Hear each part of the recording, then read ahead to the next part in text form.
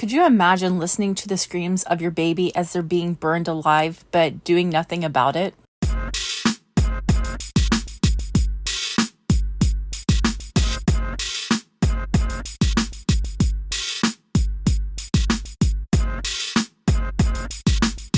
Just before 9 o'clock in the morning on November 20th, 2023, 911 in Claiborne County received a call for assistance about a camper fire that was happening in Tumbling Shoals, Arkansas.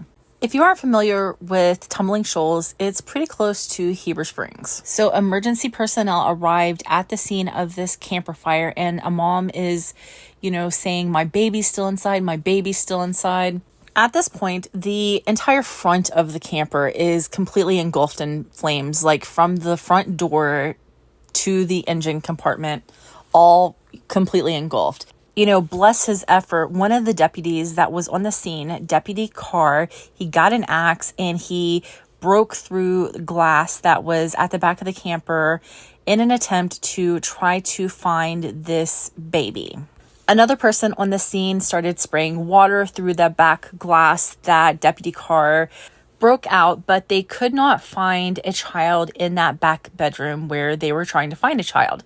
At that point, the mother said, "Oh no, the baby had been asleep on the couch in the living area." So the two men moved to the side of the camper and they used the axe to try to pull the couch frame out of the RV. Again, they are not able to find this baby.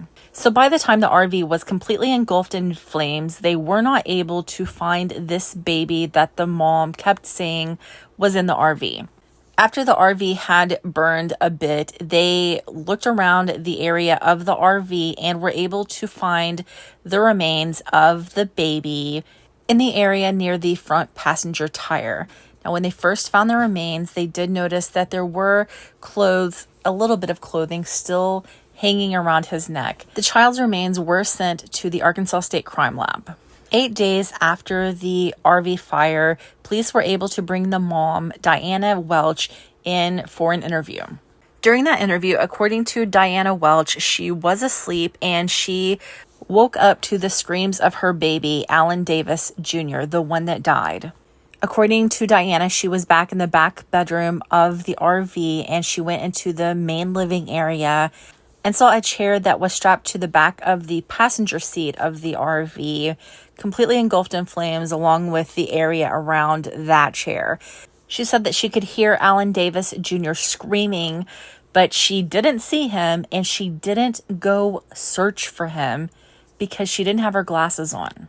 Honestly, I am extremely baffled and upset about this kind of response coming from a mother. I can't imagine if something like this had happened to one of my children, God forbid, that I wouldn't even attempt to look for them. Now, in addition to being a mother to Alan, Diana Welch also had twin girls that were about 6 months old. She actually had them laying back in the area where she was laying when she woke up. So she got one of the twin girls out, and then she says that she set that baby on the ground. She says that she then ran to the door of the RV and tried to open it, but it was locked and she couldn't get it open.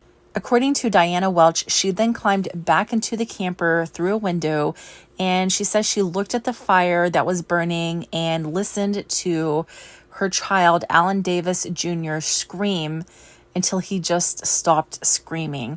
She then says that she went and got her other twin baby and got it out of the camper. According to Diana Welch, after that point, she did not attempt to go back in the RV again. Two things to note were, one, police say that during the interview, they left the room.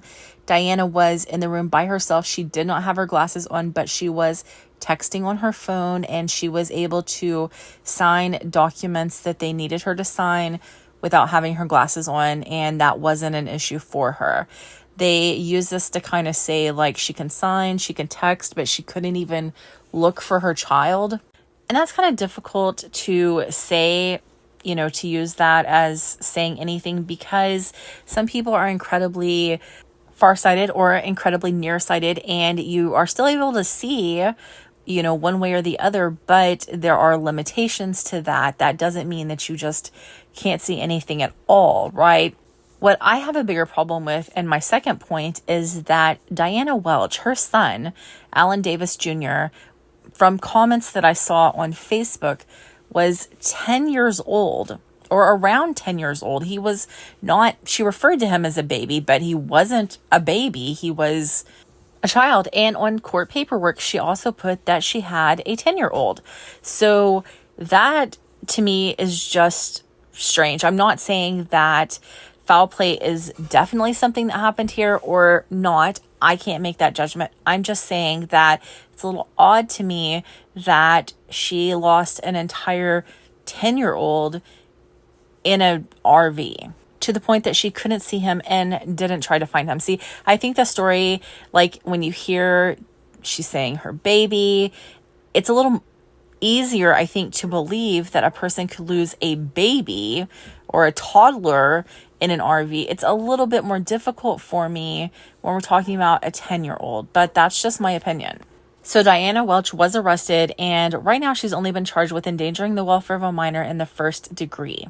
Diana was arrested on December 19th and booked into the Claiborne County Detention Center, but on December 20th, the following day, she was transferred to the White County Detention Center, where she is currently still being held.